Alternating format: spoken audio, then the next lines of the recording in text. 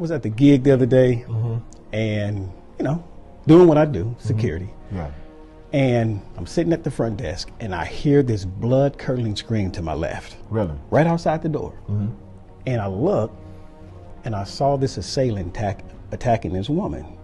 So I run outside, get in between them, right? I hit him with that football hit. Yeah. Boom. Bow. Threw him on the ground. I'm like, whoa, bro. The bull rush. Exactly. Calm down, brother, calm down. And I'm holding his hands down. And at the time, I know he had a 7-inch blade, right? I'm just hearing sounds of screaming, right? Yeah. And I react. So I'm on top of this cat, and I'm like, hey, man, calm down. And I look, but that's how I know God is good. Come on, man. I had a pin-sized hole right in the middle of my palm, and I'm bleeding. And he's trying to get you. He's trying to get me, still torquing the knife towards me. So I said, oh, you want to play? So I took my left hand, grabbed his right wrist because he had the knife in it, right? And I'm holding it down. I go grab my steel. Yeah. I call it Lucille. Lucille. He grabbed that thing. And I aimed it right in his chest. And that's what I said to him. I said, hey, brother, I don't know who you know, but you about to meet him today. Let me translate, asking if he knew Jesus. Clink. Dropped the knife. He came to his senses. Yeah, right? Yeah. So I was able to flip him over, holster, handcuff. We search him, drug paraphernalia, all sorts of craziness, man. Like he had this craziness, man, craziness, and he was on PCP.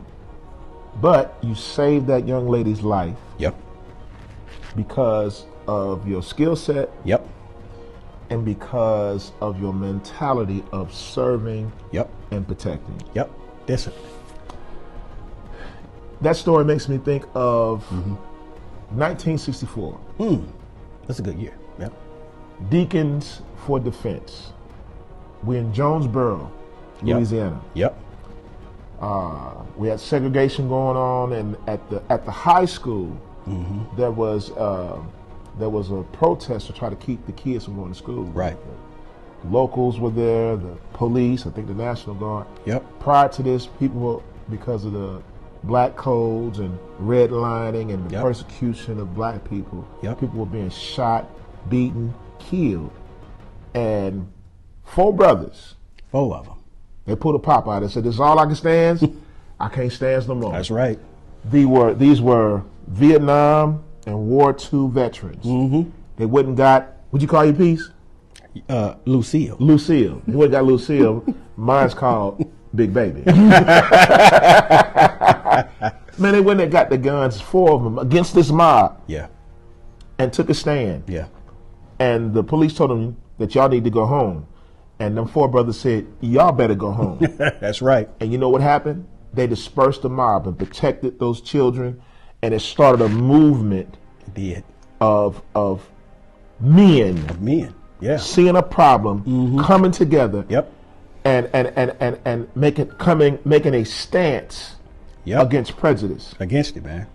Brother, I love what those men did because to me it symbolizes good men standing against evil. Yes, sir. Right? And for evil to prevail, what needs to take place? For good men to do nothing. For good men to do nothing. I don't want it ought not to be that I have to think about protecting my wife and kids without consequences. That's real, man. That's real.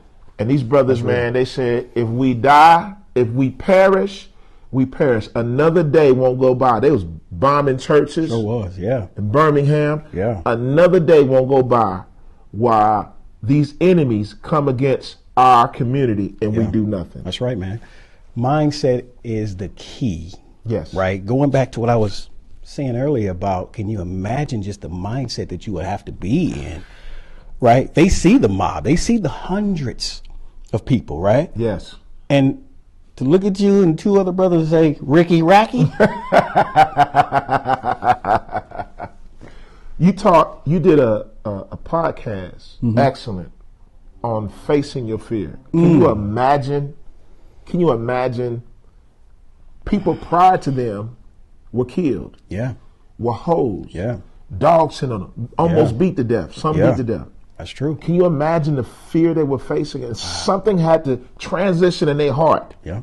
That superseded fear. Yep.